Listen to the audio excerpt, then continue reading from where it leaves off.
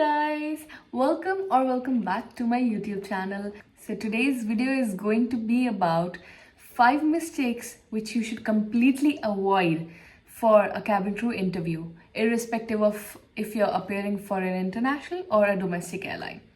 The first one is being late.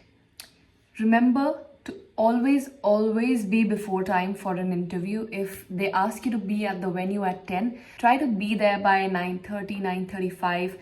It shows professionalism because every airline has a policy of being before time, being on time, and it really shows that you want to be there for the interview, you want to be the part of airline, and it shows that you're professional, you can manage time well. Second is hiding tattoos or scars which are quite visible in uniform. So all the airlines have a policy mostly that you cannot have tattoos visible while in uniform, which means, like, supposedly in Etihad, if I have tattoo above this here in this part of my body, it will be completely okay because here is where I'm not supposed to have it, any major visible scars or tattoos.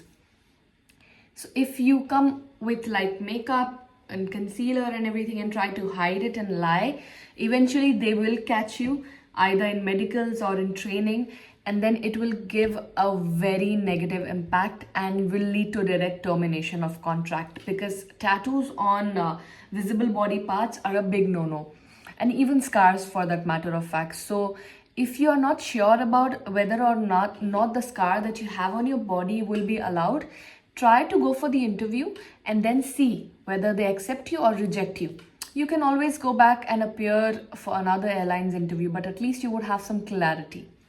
Third, and one of the most important things, is don't be overconfident in front of an interviewer. Know that a lot of people tell you that be confident, smile, give your answers, but there's a very thin line between being confident and looking or coming across as overconfident. So make sure when you're there at the venue in front of the interviewer, you answer your questions very smartly.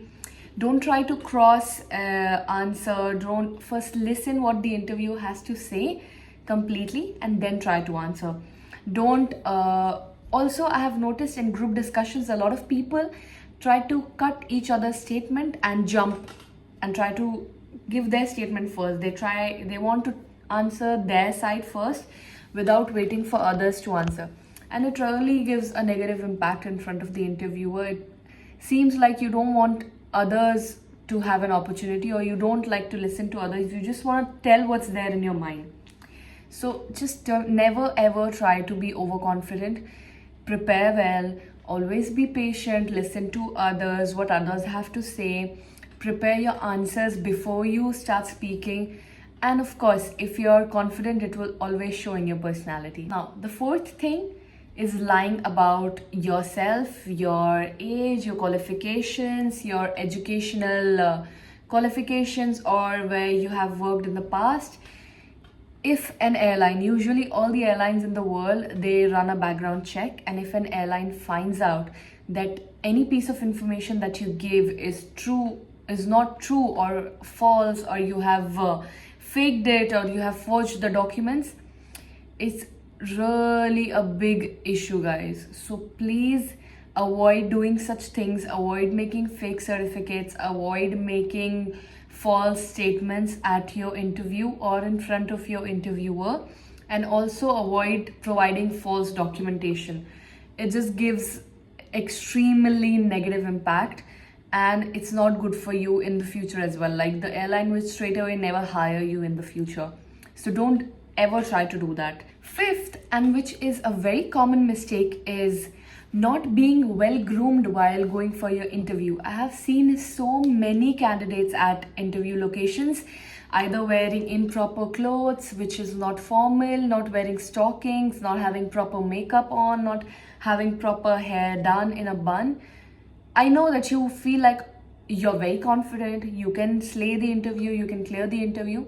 First impression is always the most important part about your interview, or even if you're going for any other meetings, or first time when you're meeting someone, how you're dressed up makes a huge impact.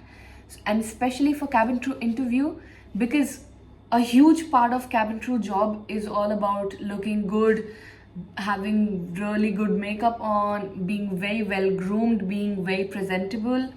So not being presentable while going for your interview just proves that you don't know what the job exactly is, and you are maybe not prepared because you did not research well, you did not read the guidelines well. These mistakes are very minor, I know, but a lot of people do it and also get rejected for doing these things. So I hope this video was helpful. These 5 points are very minor points, but somehow this changes the game of how your interview goes forward. So keep these things in mind next time you're going for a cabin crew interview, and all the very best. I'll see you in the next one. Bye bye.